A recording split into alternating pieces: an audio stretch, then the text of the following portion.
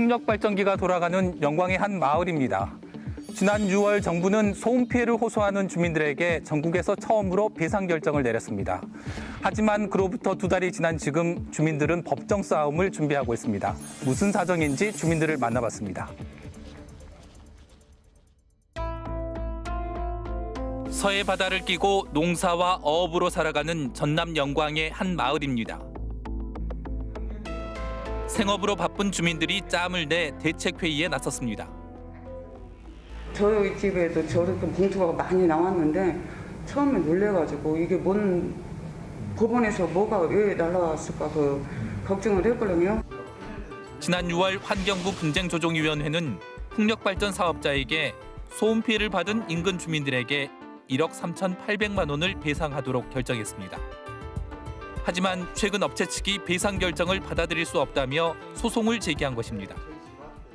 우리가 이게 손해배상이 개인별로 되기 때문에 저희 집이 5명 있는데 애들 가정에서 한 집에 이제 3개 있잖아요. 세 번 왔으니까 3장씩이니까 15개가 이렇게 된 거죠.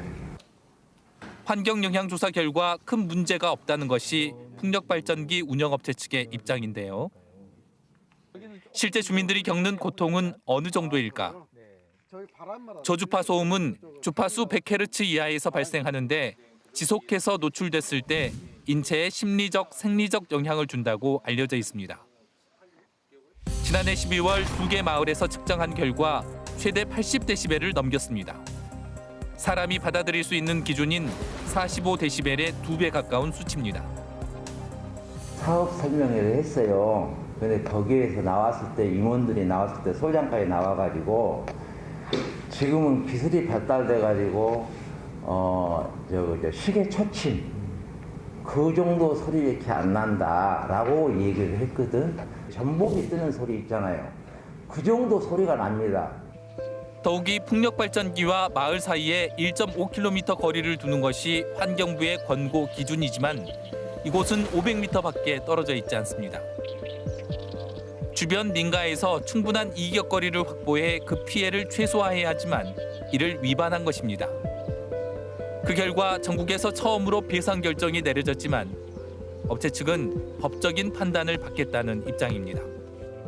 종종 업계에 미치는 영향도 크잖아요. 법적으로 최종적으로 확정된 것은 또 아닌데 환경부에서 어차피 이제 권고 사항인데 그 결과로 해서 이제 그 영향력을 이게 상당히 크잖아요. 그에 대해서 이제 법원에서 정식으로 이제 그 뭐 소음 피해 내용이라든지 이런 것을 한번 판단을 받아보고자 하는 거죠. 법적 공방으로 이어진 풍력발전기 소음 분쟁. 주민들은 소음 피해가 없던 시절로 돌아가고 싶다고 말합니다.